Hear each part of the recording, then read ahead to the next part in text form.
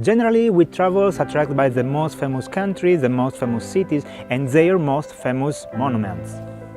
But a geographer knows that the most compelling story of the places are not or not only within great buildings and monuments, but in details.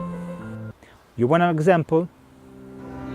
I'm here in the center of my city, Forlì, north of Italy, drinking good red wine and just enjoying the warm sun. However, almost 800 years ago, in this same city square, this type of enjoyment cost an entire army dearly. The events that took place are very similar to a more famous story. Do you remember the Trojan War? After 10 long years of siege, armies united of Greece could not defeat the solitary but powerful city of Troy. In the end, where there wasn't strength, there was wisdom. We know that Ulysses was the key to true victory, the Greeks pretending to escape the siege by preparing their ship to sail.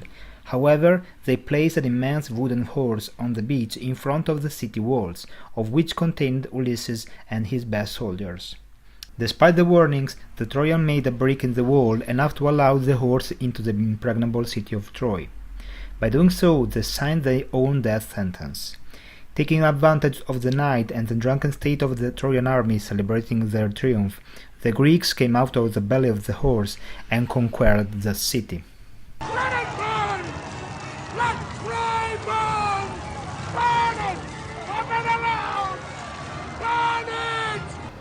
Well, the same thing happened here, except the roles were reversed.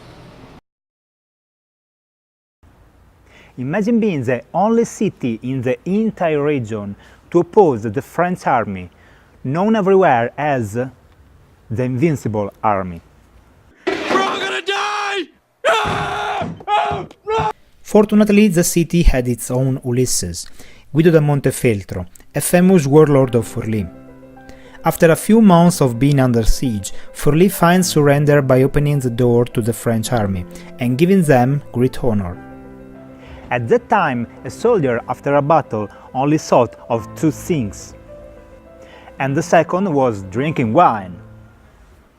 More than one glass. After an entire day of festivities, the French armies had no strength to fight any further.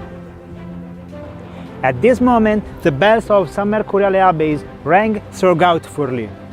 This prompted the soldiers of the city to run out from the homes where they had been hiding and from the gates of the city. They drove the drunken and sleeping French soldiers into the massacre. This event was so impressive that Dante Alighieri mentioned it in his most famous piece of work, the Divine Comedy.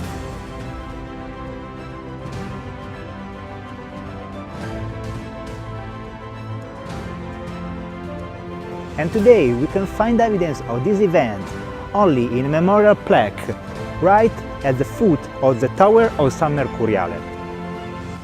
Then, many details often do go unnoticed when we look around.